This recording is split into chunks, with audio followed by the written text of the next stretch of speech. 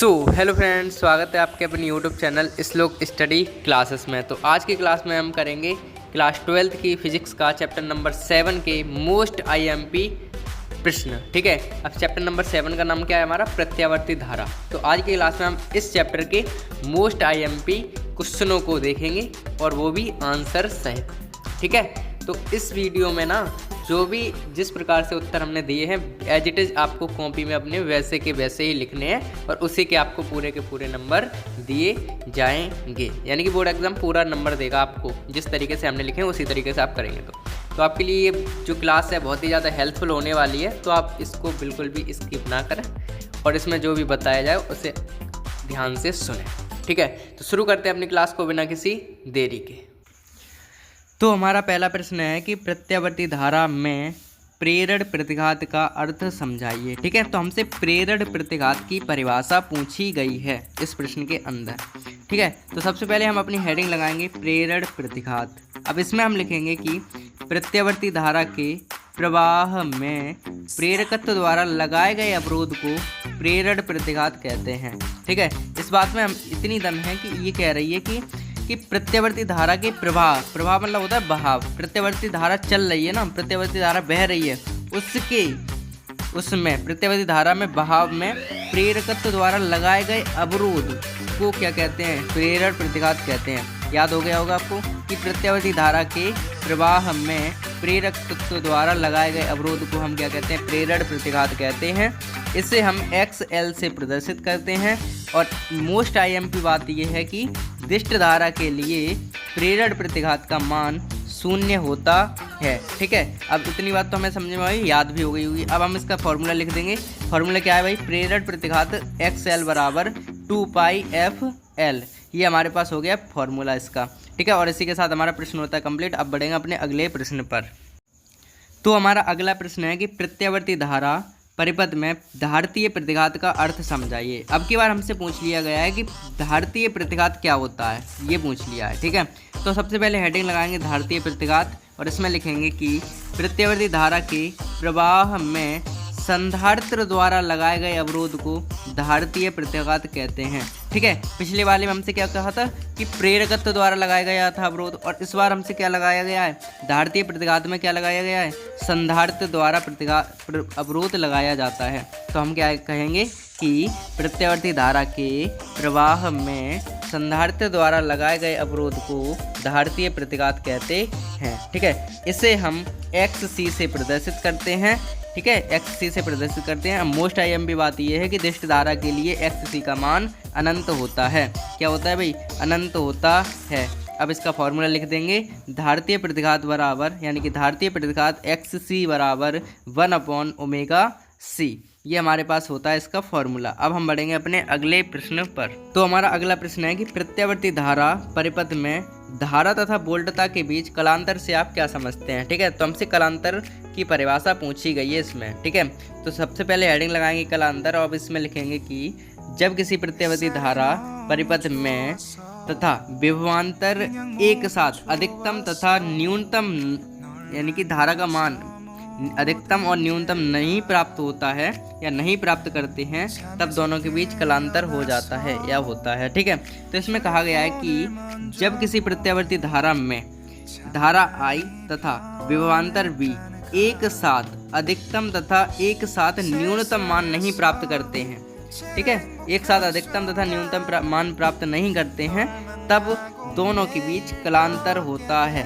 ये हमसे प्रश्न में उत्तर है इसका। ठीक है, इसी प्रकार से हमारा ये भी प्रश्न कंप्लीट होता है। अब बढ़ते हैं अपने अगले प्रश्न पर। तो हमारा अगला प्रश्न है कि प्रत्यावर्ती धारा परिपथ में प्रतिबाधा से क्या तात्पर्य है। यानी कि अब की बार हमसे प्रतिबाधा की परिभाषा पूछी गई है। ठीक है, तो हम लिखेंगे इसका उत्तर कि प्रत्यावर्ती धारा के प्रवाह में, प्रवाह मतलब बहाव में, प्रत्यावर्ती धारा के प्रवाह में प्रेरकत्व द्वारा या प्रेरकत्व प्रतिरोधक अथवा संधारित्र द्वारा लगाए गए संयुक्त अवरोध को प्रतिबाधा कहते हैं। ठीक है, इस बार हमसे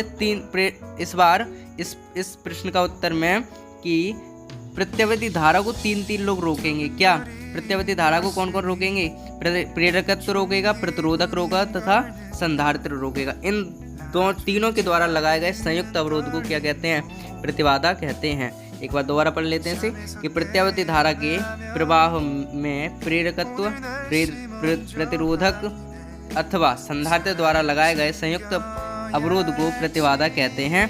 इसे हम Z से प्रदर्शित करते हैं।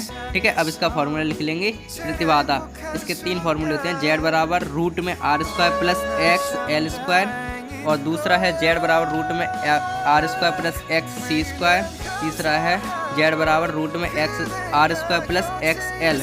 अब ये आपको ये लहराता हुआ साइन दिख रहा है, इसका मतलब ये है कि जो बड़ा होगा वो आगे लेंगे और इसका स्क्वायर कर देंगे, XL माइनस लगाएंगे वहाँ पे और XC का स्क्वायर। ठीक है, अब यहाँ पे XC बड़ी होगी तो XC आगे लेंगे और XL बड़ी होगी तो XL पीछे लेंगे, ये। ठीक है, तो इसी प्रकार से हमारा प्रश्न भी कंप्लीट होता है। बढ़ेंगे अपने अगले प्रश्न पर। तो हमारा अगला प्रश्न है कि ट्रांसफार्मर का कार्यकारी सिद्धांत लिखिए तथा ट्रांसफार्मर में होने वाली 2 हानियों का उल्लेखन कीजिए। ठीक है, अब ये छोटा सा प्रश्न है लेकिन 4 नंबर में पूछा जाता है। ठीक है, तो हम इसका उत्तर जानते हैं। इसका उत्तर हमारे पास इस प्रकार से है कि ट्रांसफार्मर अन्योन्य प्रेरण के सिद्धांत पर कार्य करता है। ठीक है, ये बात हमें ध्यान रखनी है कि ट्रांसफार्मर जो है वो अन्योन्य प्रेरण के सिद्धांत पर कार्य करता है। यदि निकट स्थित 2 कुंडलियों में से एक में प्रवाहित धारा के मान में परिवर्तन हो तो निकट स्थित दूसरी कुंडली से बद्ध चुंबकीय फ्लक्स में परिवर्तन के कारण उसमें एक विद्युत वाहक बल उत्पन्न या प्रेरित हो जाता है। ठीक है, ये चीज़ हमें लिखनी है।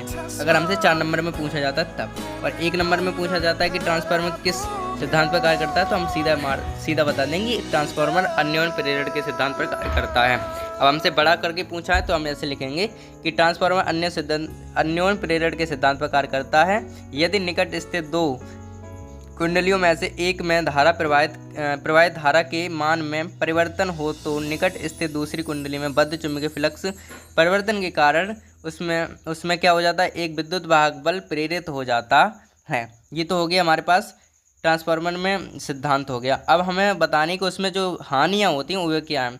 तो ट्रांसफर में हानियाँ होती हैं, उसके लिए हेडिंग लगाएं ट्रांसफर में होने वाली हानियाँ, ये हेडिंग लग गई। अब इसमें क्या होती हैं, 2 हानियाँ हो जाती हैं कि ताम्रिक हानि होती है एक तो, और एक फ्लक्स की हानि होती है। ठीक है, पहली क्या होती है, ताम्रिक हानि, और दूसरी फ्लक्स की हानि।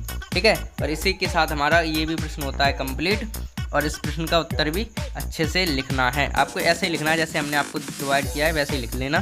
तो ये प्रश्न भी हमारा कंप्लीट होता है। अब बढ़ेंगे अपने अगले प्रश्न पर। तो हमारा अगला प्रश्न है कि वैद्युत अनुनाद से आप क्या समझते हैं, ये हमारे पास प्रश्न है। अब इस प्रश्न का उत्तर ये है कि जब प्रेरण प्रतिघात तथा धारितीय प्रतिघात बराबर होते हैं तो यह स्थिति विद्युत अनुनाद कहलाती है। ठीक है, वैद्युत अनुनाद समझ में आया कि जब प्रेरण प्रतिघात तथा धारितीय प्रतिघात दोनों क्या हो जाते हैं, बराबर होते हैं, तो यह स्थिति क्या कहलाती है भाई, विद्युत अनुनाद कहलाती है। ये बहुत ही आसान सा सवाल था, 2 नंबर वाला था, ये हो गया हमारा। अब इसी में हमारे पास दूसरा प्रश्न है कि बाढ़हीन धारा से आप क्या समझते हैं, ये प्रश्न भी है। ये भी मोस्ट IMP प्रश्न है, तो इसको भी देख लेते हैं। इसका उत्तर इस प्रकार से है कि ऐसी प्रत्यावर्ती धारा जिसके लिए प्रत्यावर्ती धारा परिपथ में व्यय शक्ति 0 हो बाढ़हीन धारा कहलाती है। ठीक है भाई, क्या कि ऐसी प्रत्यावर्ती धारा जिसके लिए प्रत्यावर्ती धारा परिपथ में व्यय शक्ति 0 हो बाढ़हीन धारा कहलाती है। ये प्रश्न होता है हमारा। इस तरीके से हमारा आंसर होते हैं 2-2 प्रश्न के। ठीक है, तो ये आप कॉपी पे नोट कर लीजिए। तब तक हम बढ़ते हैं अपने अगले प्रश्न पर। तो हमारा लास्ट एंड फाइनल क्वेश्चन ये है कि प्रत्यावर्ती धारा का शिखर मान से आप क्या समझते हैं। जो प्रत्यावर्ती धारा के शिखर मान से हम क्या समझते हैं, ये पूछा गया, यानी कि शिखर धारा के शिखर मान की हमसे डेफिनेशन पूछी गई है।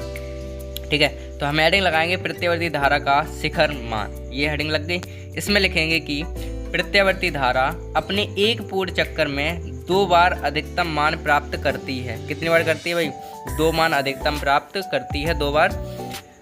धारा का यही शिखर मान, यही अधिकतम मान ही शिखर मान कहलाता है। ठीक है, जो 2 बार अधिकतम मान प्राप्त किया, धारा का यही अधिकतम मान ही शिखर मान कहलाता है।